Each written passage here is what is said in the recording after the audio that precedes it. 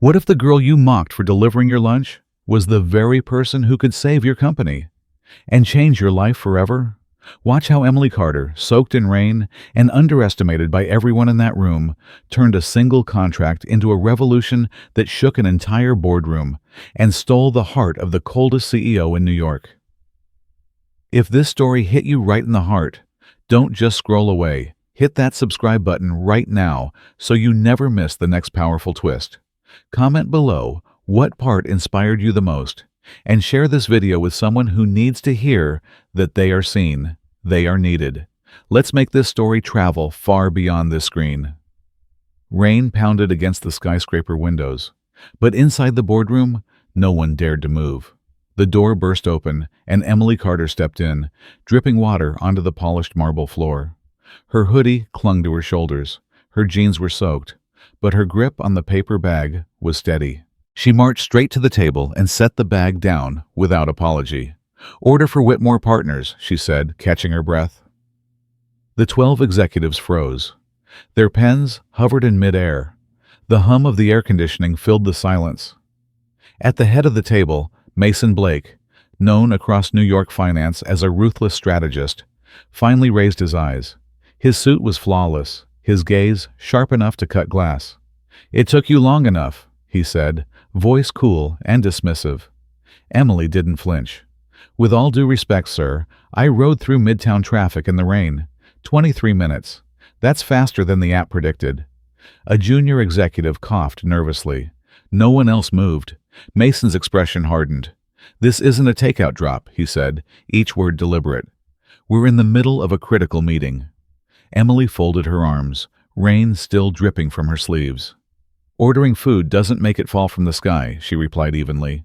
A faint, startled laugh escaped someone at the table, followed by a quick kick under the table to silence him. The tension rose like a storm cloud ready to break. Mason's eyes narrowed, scanning her face as if trying to measure her. "Do you even know how important this meeting is?" "Not a clue," Emily said, lifting her chin. "But I know hungry people make bad decisions." The room stilled completely. Mason's jaw tightened. Without another word, he pushed back his chair, grabbed a thick contract printed in dense Japanese, and slammed it onto the table with a sharp thud. Papers trembled. "You talk big," Mason said, his voice cutting like a blade. "If you're so smart—" He shoved the contract toward her. "Translate this." The executives exchanged quick looks, some smirking, some curious. A director muttered under his breath, "She won't last 10 seconds." Emily stared at the bundle. Her chest rose and fell. Then, without hesitation, she stepped closer, rainwater dripping from her cuffs onto the glossy surface. She placed her hands on the contract, drew in a long breath, and opened to the first page. The room went silent, utterly silent. All eyes fixed on the soaked delivery girl standing before a table of power brokers. Emily's eyes moved fast across the text. She flipped to the next page, and the next. Her brow furrowed, her finger sliding under a line of ink. The air was thick enough to choke on.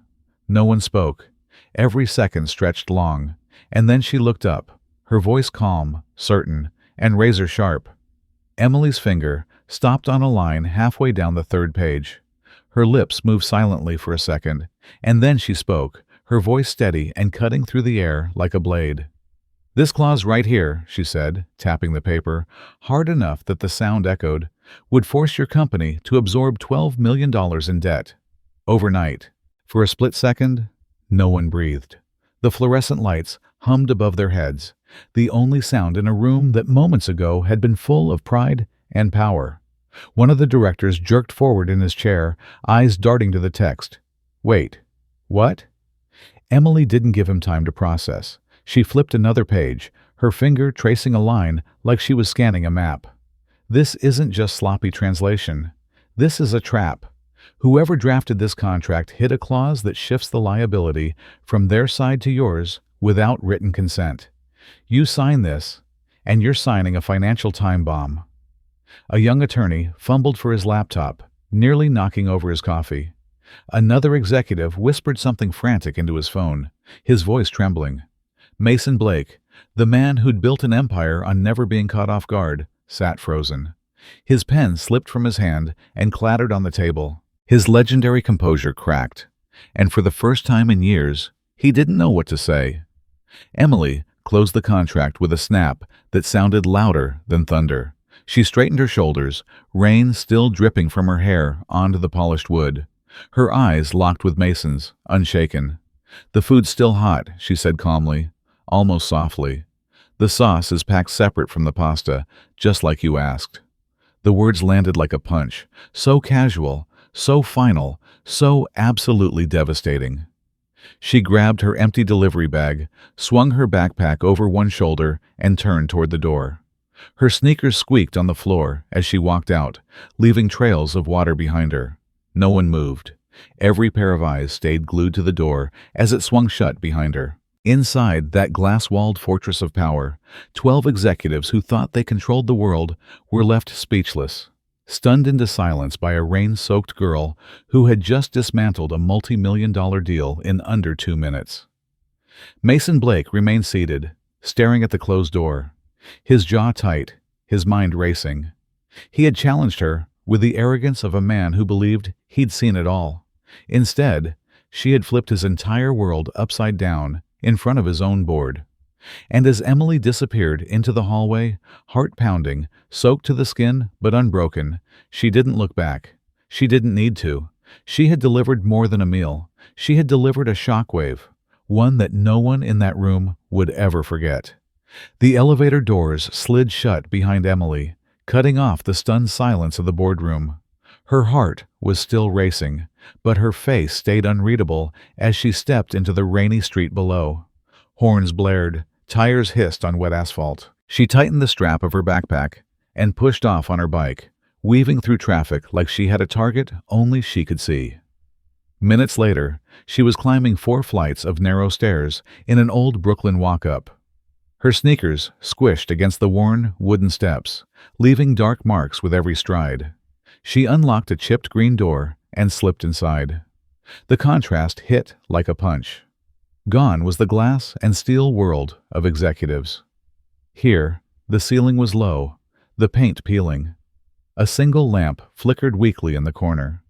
And on a thin mattress by the window, Robert Carter lay propped up on pillows, his skin pale, his breath rattling against the hiss of an oxygen tank.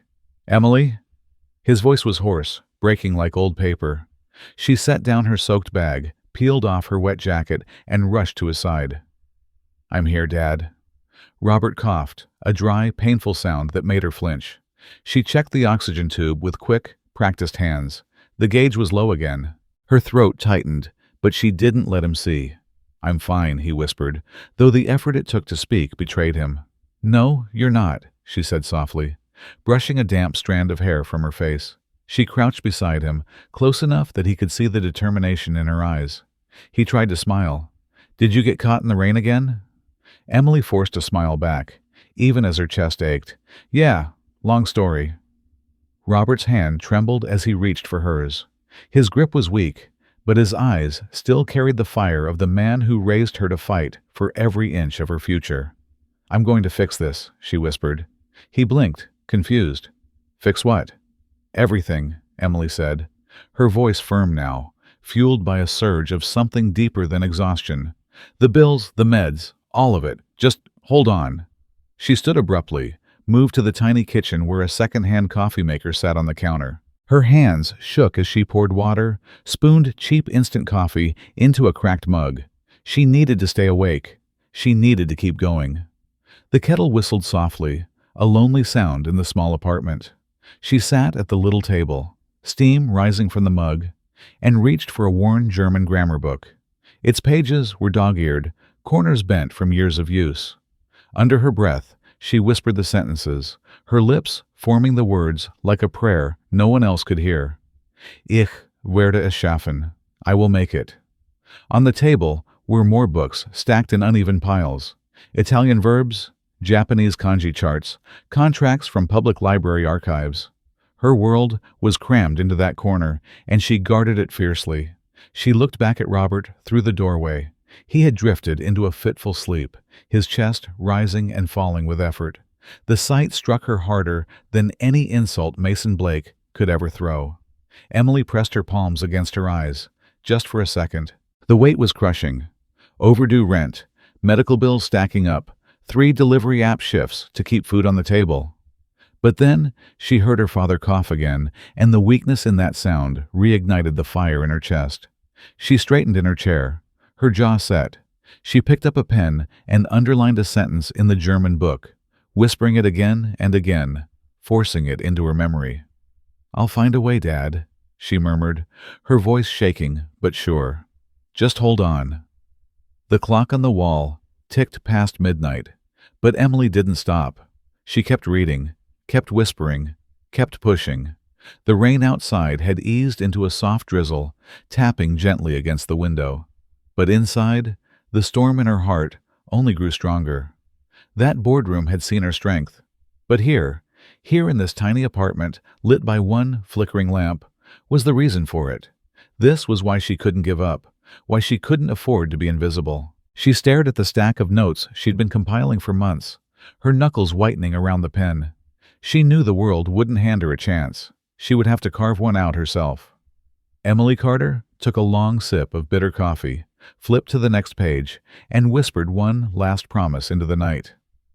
"I'm not done, not even close." The rain had turned from a drizzle into a steady rhythm by the time Emily climbed the steps to her building that night. Her legs ached from deliveries, her backpack was still damp, and her mind buzzed with half-memorized German verbs and unpaid bills. She fished for her keys, head down, eager to collapse on the couch for a few stolen hours of sleep. That's when she saw him. Mason Blake, impeccable suit now darkened by rain, hair slicked back but disheveled at the edges, stood under the dim streetlight near the crooked mailbox. He wasn't holding an umbrella. He wasn't on a call. He was just waiting. Emily froze halfway up the stairs, rain dripping off her hood. Her first instinct was to turn and disappear into the city, but Mason's voice broke through the sound of wet tires and distant sirens. "You saved us," he said, stepping forward, his tone stripped of arrogance. "Work with me." Emily let out a short, incredulous laugh.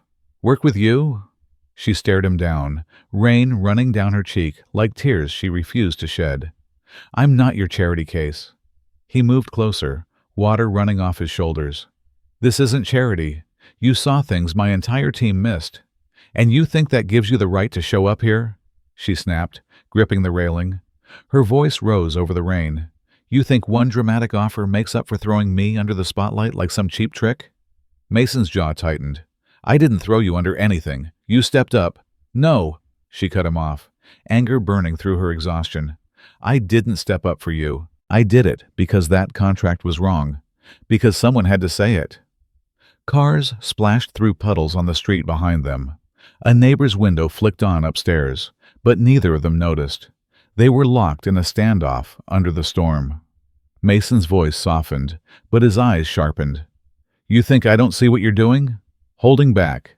Pretending you're just a delivery girl. You're not." Emily's fingers dug into the railing. "And what do you want me to do?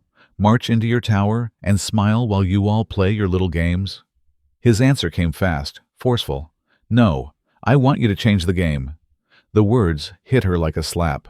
For a second, she couldn't breathe. "I want you in that room," Mason said, stepping closer, rain dripping from his chin. "Not delivering food, delivering the truth they're too blind to read. Prove me wrong, Emily. Show me how you'd run things." The challenge hung in the air, heavier than the storm. Emily felt her pulse hammering in her ears. A part of her wanted to spit back another retort, to walk inside and slam the door on this entire world that had humiliated her. But another part, a quieter, fiercer part, burned at the thought of walking into that boardroom not as a delivery girl, but as someone who belonged. She lifted her chin, eyes sharp. "You're asking me to walk into a fire I didn't light." "And I'm asking you," Mason said, voice low and urgent, "to show them what happens when someone refuses to burn." Rain pounded between them, a drumbeat to their silence. Emily gripped the strap of her backpack, torn between pride and a new, dangerous spark of possibility. She didn't say yes. She didn't say no. She brushed past him, climbing the last few steps to her door, but stopped just before going inside. Her voice was calm, almost daring. "If I ever walk into that building again, Mason Blake, it won't be as a delivery girl." And then she disappeared inside, leaving him standing in the rain, water dripping off his suit, a faint smile tugging at his lips despite the storm raging around him. For the first time in years, Mason Blake felt something more than control. He felt alive, because someone had finally challenged him and walked away. And he knew, deep down, that she would be back. 3 days later, Emily Carter walked through the revolving doors of Whitmore Partners, not with a delivery bag on her shoulder, but with a slim black portfolio clutched in her hand. The marble lobby hummed with the chatter of assistants and the click of polished shoes. Security badges beeped at the turnstiles. Emily's heart pounded, but her stride didn't falter. Mason Blake was waiting at the elevator, his suit dry, his expression unreadable. "You came," he said quietly. Emily shot him a look. "I didn't come to play nice. I came to work." "Good," Mason replied as the elevator doors closed. Within hours, she was in a different kind of storm, one made of contracts stacked high, lawyers firing off jargon, and deadlines ticking like explosives. Emily rolled up her sleeves and dove in. Page after page, she found the traps others overlooked, clauses buried in footnotes, terms mistranslated on purpose. "This one," she said sharply, tapping a highlighted section, "shifts liability in a way that would bankrupt you in 2 quarters. Fix it." A senior attorney opened his mouth to argue, but caught Mason's raised eyebrow and thought better of it. By noon, Emily was standing in her first meeting. The conference table was surrounded by sharp suits, every eye on her as Mason introduced her as a contract advisor. Whispers flickered across the room like sparks. That's when Linda Hayes, a director with a perfect blowout and a permanent smirk, leaned back in her chair. "A delivery girl at this table?" she drawled, voice dripping with mockery. The words cut, but Emily didn't blink. She closed the folder in front of her with a decisive snap and stood up, her voice carrying clear and steady across the room. "A delivery girl," she said, eyes locked on Linda, "who reads the fine print you can't." Silence. Sharp, electric silence. Then Mason's mouth curved, just slightly, but enough to shift the room's energy.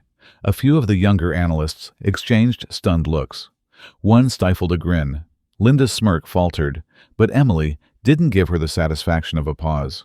She turned back to the contract, spread out on the table. Paragraph 12, subsection 3. Fix it, or you're handing them rights to terminate without notice. The room went still again, then erupted into motion. Pens scribbled, assistants whispered into phones, and Mason watched her with something new in his eyes. Respect. Emily didn't sit back down. She moved to the whiteboard, uncapped a marker, and started mapping out a cleaner clause. Her handwriting bold and precise. "You don't just fight back with words," she said, drawing arrows and slashes. "You fight back with structure." Linda Hayes looked away, suddenly very interested in her notepad. By the end of the meeting, Emily had rewritten 3 key sections and exposed 2 hidden loopholes that could have cost the company millions. The team dispersed with hurried thanks, some genuine, some begrudging. But every single one of them had seen her power. When the door closed behind the last executive, Mason leaned against the table. "That," he said almost in awe, "was something they won't forget." Emily slid the cap back on the marker and met his gaze. Her chest rose and fell, adrenaline still coursing through her. "I didn't come here to be forgotten," she said. For a moment, they just stood there in the quiet, the city's heartbeat echoing faintly through the glass walls. Outside, taxis honked, and pedestrians hurried, unaware that inside this room, a storm had just begun, one that no amount of corporate polish could contain.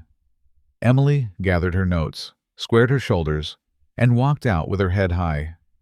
For the first time, she wasn't stepping out as the invisible girl with rain in her hair. She was stepping out as someone who had claimed her place at the table and proved she deserved it. And somewhere deep inside, as the elevator doors closed, Emily Carter felt something she hadn't felt in a long time. Pride so sharp it almost hurt, and a spark of hope that burned even brighter. 3 weeks after Emily's first explosive meeting, Mason Blake boarded a red-eye flight to London for an international summit. He shook her hand before leaving and said, "Hold the line while I'm gone." She didn't know then how quickly the knives would come out. The next morning, the tone inside Whitmore Partners shifted.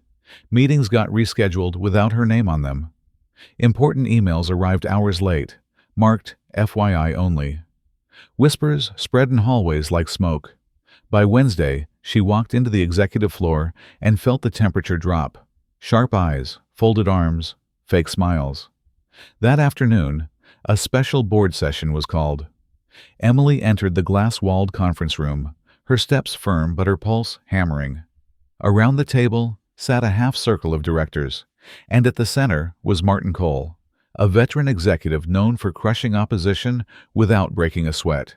He didn't bother with pleasantries. "You've been overstepping," Martin said coldly, sliding a folder across the table. "Effective immediately. Your advisory input is limited to translations only. No negotiations, no legal interpretations. You have no authority here." Emily froze for a single second, then reached into her own portfolio. Without sitting down, she pulled out a printed contract, one of the very deals she had rewritten, and let it drop onto the table with a sharp thunk.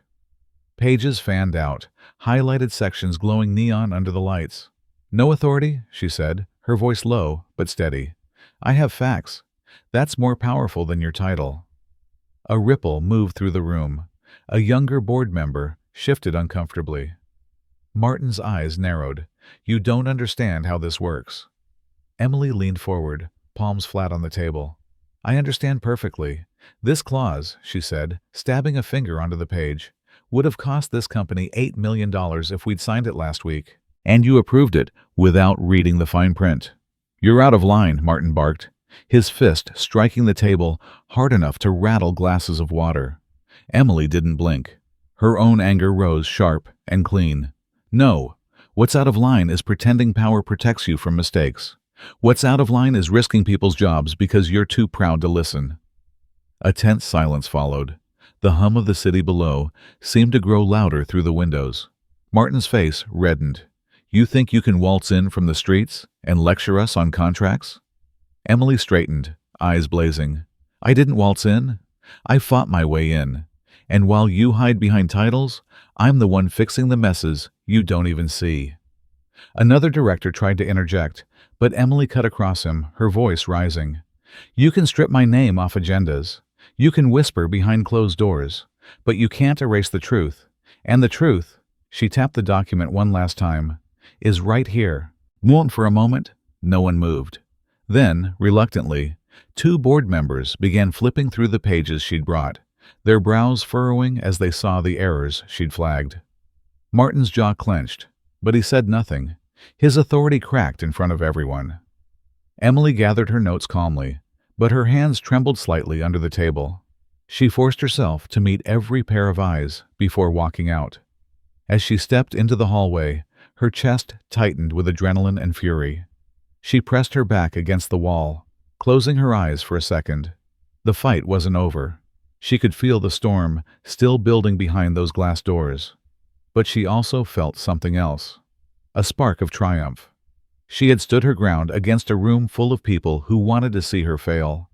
And for the first time, they hadn't been able to ignore her. She adjusted her blazer, straightened her shoulders, and walked toward the elevator. Her phone buzzed with a message from Mason overseas. "Heard about the meeting. Proud of you. Hold the line." Emily exhaled, gripping her phone tight. She wasn't sure how many more battles were ahead, but she knew one thing with absolute certainty. She wasn't backing down. Not now. Not ever. 2 weeks after the boardroom clash, Emily was deep into reviewing yet another flawed contract when her phone buzzed. The message was short, frantic. "Gloria's hearing is today. 1:00 p.m. Courtroom 7C. Please, help." Emily didn't hesitate. She grabbed her folder, shoved her notes inside, and sprinted out of Whitmore Partners, ignoring the startled looks of assistants in the hall. Rain pelted her face as she flagged down a cab, heart hammering against her ribs. By 12:47 p.m., she was running up the courthouse steps, her hair plastered to her cheeks, adrenaline surging through her veins. Inside, the fluorescent-lit hallway smelled faintly of paper and stress. An elderly woman sat hunched in the corner, gripping a plastic folder and a rosary.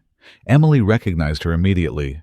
Mrs. Gloria Diaz, a 74-year-old widow from her delivery route. A woman who always tipped $1 even when she couldn't afford it. "Emily?" Gloria's voice cracked with disbelief, her Spanish accent thick with panic. Emily crouched in front of her, catching her trembling hands. "I'm here. I've got you." "They said I have no chance," Gloria whispered, eyes wet. "They want me out by Friday. I signed." "I didn't understand." Emily squeezed her hand. "Listen to me. I read that lease last night. They lied. They hid clauses. You are not alone." When their case was called, Emily stood beside Gloria at the defendant's table, her pulse roaring in her ears. Across the aisle, the landlord's attorney smirked as he shuffled his papers, confident this would be quick. "Your Honor," he began smoothly, "the tenant signed willingly, waiving renewal rights. We're simply enforcing the agreement." The judge, a stern woman with silver hair, turned to Gloria. "Do you have representation?" Emily stepped forward, voice clear. "She has me, Your Honor." "You are not an attorney," the opposing lawyer said sharply. A laugh caught in his throat. "No," Emily shot back, placing the lease on the table with a loud slap. "But I am the person who actually read this." Murmurs rippled through the courtroom. Emily flipped to page 4, her finger stabbing at a dense paragraph. "This lease is a trap. It includes a clause written in legal English so convoluted even I had to double-check.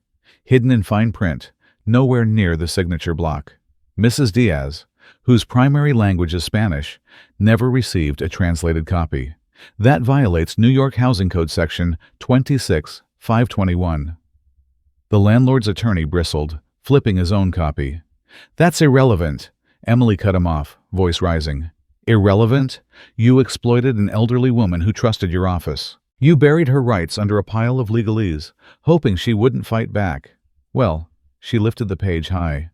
"She's fighting back now." The judge's eyes narrowed as she scanned the highlighted section. "Do you have proof of the lack of translation?" Emily slid forward a printed email, her hand steady despite the storm inside her. "From the leasing office. It says, and I quote, 'No Spanish version available. Tenant will sign as is.'" The courtroom went dead silent. Even the court clerk froze mid-typing. The judge looked over her glasses at the opposing lawyer. "Care to explain why this tenant was denied a fair translation?" The man stammered, shuffling papers, his earlier confidence evaporating. "I see no explanation that would satisfy the law," the judge said firmly after a long pause. "Eviction proceedings are hereby stayed. A new hearing will be scheduled, and the lease will be reviewed in compliance with translation requirements." The gavel came down with a sharp crack. Gloria gasped, her hand flying to her mouth. Then she turned and threw her frail arms around Emily, sobbing into her shoulder. Mi ángel," she whispered through tears. Emily held her tight, feeling her own eyes burn. "You're safe, Gloria. You're safe." Around them, strangers in the gallery wiped their eyes. A man in the back whispered, "That girl just saved her." Someone else murmured, "She's not even a lawyer. She's incredible." As Emily led Gloria out into the bright hallway, the weight of the fight still pressing on her shoulders, a rush of emotions flooded her, relief, pride, and a fierce hope she hadn't felt in years. Outside, the rain had stopped. Sunlight broke through the clouds, bouncing off the wet pavement like shards of gold. Gloria clutched Emily's hand as they stepped onto the sidewalk. "You don't know what you've done for me," Gloria said softly, her voice trembling with gratitude. Emily looked out over the city, her jaw set, her heart still racing. "No," she said, squeezing Gloria's hand. "This is just the beginning." And as they walked away from the courthouse, the world suddenly felt like a place where one voice could still shake the walls. And Emily Carter had just proven it. By the next morning, Emily's phone would not stop buzzing. Her name and Gloria Diaz's courtroom victory were splashed across headlines. "Delivery girl turns corporate advisor, stops eviction in landmark hearing." Talk shows replayed the footage. Hashtags trended. Strangers in coffee shops whispered, "That's the girl who stood up to the landlord." Inside Whitmore Partners, the energy had shifted. Even those who had mocked her before now lowered their voices when she walked by. But Emily didn't slow down. She buried herself in work, combing through contracts late into the night, answering emails, standing her ground in meetings where executives twice her age squirmed under her gaze. Then, one rainy Thursday evening, Mason Blake returned. Emily was in the conference room, redlining another contract, when his reflection appeared in the glass wall. He hadn't announced his arrival. He simply stood there, watching her for a long moment, as if searching for the right words. "Come with me," Mason said quietly. Emily hesitated only a second before following him through the empty corridors, past the executive floor, up to the stairwell. He led her through a final door, and suddenly they were on the rooftop. New York spread out beneath them, the skyline glowing against the night. The rain had eased into a soft mist. The wind tugged gently at Emily's hair. Mason stood by the railing, his suit jacket unbuttoned, a man carrying something heavier than numbers and contracts. He turned, holding a single brown folder in his hand. "You didn't just save Gloria Diaz," he said. "You saved this company, and you've changed me." Emily crossed her arms, unsure where this was going. "You didn't call me up here for a thank you." "You're right," Mason said, stepping closer. He opened the folder and held it out to her. "Vice President of Global Integrity. Build it, lead it. No one else can." Emily froze. Her fingers hovered over the paper, her mind spinning. "You're serious?" "Completely," Mason replied. His voice softened, almost hesitant. "You've seen how deep the cracks run. Legal, moral, human. I want you to fix them. Not as an advisor, as a leader." Emily's throat tightened. She flipped the first page, scanning the clean, straightforward contract. No traps, no tricks. It was everything she had once dreamed of when she sat in a cramped apartment, studying foreign words under a single flickering lamp. But part of her still bristled. "Mason, I'm not a symbol you can parade to make the company look good." His eyes met hers steadily. "I don't want a symbol," he said. "I want someone who scares the hell out of this boardroom because she sees the truth. That's you." Emily swallowed hard, the rooftop lights blurring slightly in her vision. She looked down at the folder again, the title leaping off the page like a challenge she had been waiting her whole life to accept. Her voice was low when she spoke. "I never wanted to belong up there. Not until now." Mason's lips curved into a rare, genuine smile. He stepped closer, lowering his voice. "Then say yes. Lead it. Show them what integrity really looks like." For a moment, Emily said nothing, letting the city's heartbeat and her own collide. Pride swelled in her chest, tangled with disbelief, gratitude, and something gentler, something warm that flickered whenever Mason looked at her like that. She closed the folder carefully, holding it to her chest. "Vice President of Global Integrity," she murmured, tasting the words like something too good to be real. Mason tilted his head. "So, is that a yes?" Emily let out a breath that turned into a laugh, shaky but bright. "It's a yes." Mason's eyes softened, the tension in his shoulders melting. For the first time in months, Emily allowed herself to smile fully, deeply. They stood there on that rooftop, the city humming below, both of them knowing something enormous had just shifted. Mason extended his hand, not as a CEO, but as an equal. Emily took it, her grip firm, steady, and as they stood side by side, wind brushing against them, Emily felt something she hadn't felt in years. Not just pride or victory, but a quiet, powerful sense of belonging. And a spark of something tender, waiting to grow. The skyline stretched before them, endless possibilities glowing like stars. And for the first time, Emily Carter felt ready to claim them all. 2 weeks after Emily signed the contract that changed everything, her life moved at a pace she'd never imagined. Days blurred into nights, negotiations, late-night strategy calls, site visits across the city. Her name now appeared in memos alongside senior executives. Yet in the middle of that whirlwind, one truth kept echoing in her mind. Mason Blake was different now, and so was she. That night, after a grueling day of reviewing international agreements, Mason texted her only 4 words: "Meet me, Brooklyn Bridge." Emily hesitated for half a second, then grabbed her coat. It was late, past midnight, but the city was alive with the hum of distant traffic and the occasional wail of a siren. She biked halfway, then walked the last stretch, the wind carrying the scent of the East River. Mason was already there, leaning against the railing, the lights of lower Manhattan glowing behind him like a constellation built by ambition and mistakes. He looked nothing like the untouchable CEO she had met in that boardroom months ago.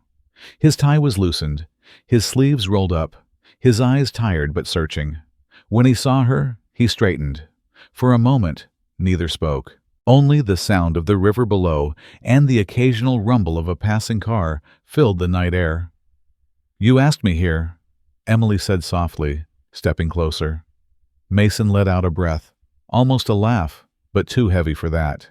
"I did." He looked out over the city, then back at her. "I've spent years building walls. Around this company, around myself. You broke through them like they were nothing." Emily tucked her hands into her pockets, unsure whether to smile or brace herself. "Mason, if this is about another project, it's not." His voice was quiet, raw, and it stopped her cold. He turned fully to her, eyes catching the reflection of the bridge lights. "I didn't just need you for the company," he said, each word deliberate, steady. "I need you for me." Emily blinked, caught off guard. A laugh slipped out, shaky, almost disbelieving. "You?" she asked, tilting her head. "The man who lectured me about staying in my lane?" Mason stepped closer, unflinching. "The same man who watched you turn every room upside down because you refused to be underestimated. I've been trying to figure out why I can't stop thinking about you, and now I know." Emily lowered her eyes, fighting the sudden burn in her chest. The city lights blurred as tears threatened. "Mason," her voice cracked, then steadied. "Don't try to save me. I don't need saving." His brow furrowed. "Then tell me what you need." She looked up at him, eyes shining, a soft smile breaking through despite the ache in her throat. "Stand with me," she said, "through all of it.